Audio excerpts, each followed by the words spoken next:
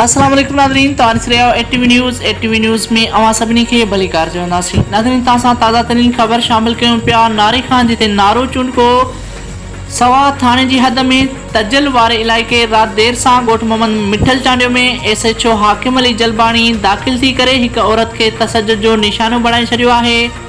बिना ladies police जे खेनि उन औरत खे ज़बरदस्ती खणी वियो आहे। असांखे इंसाफ़ खपे। छा असां सिंधी एतिरा किरियल आहियूं जो पुलिस असांजे नंगनि खे घरनि मां खणी वञी रही आहे।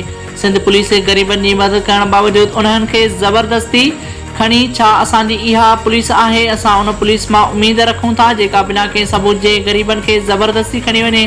असां वज़ीर आला सिंध साईं मुराद अली शाह IG सिंध DIG सिंध खे अपील था कयूं त असां सां इंसाफ़ कयो वञे। नाज़रीन, वधीक ख़बरुनि खे ॾिसण जे लाइ ॾिसंदा रहो असांजो चैनल ATV न्यूज़।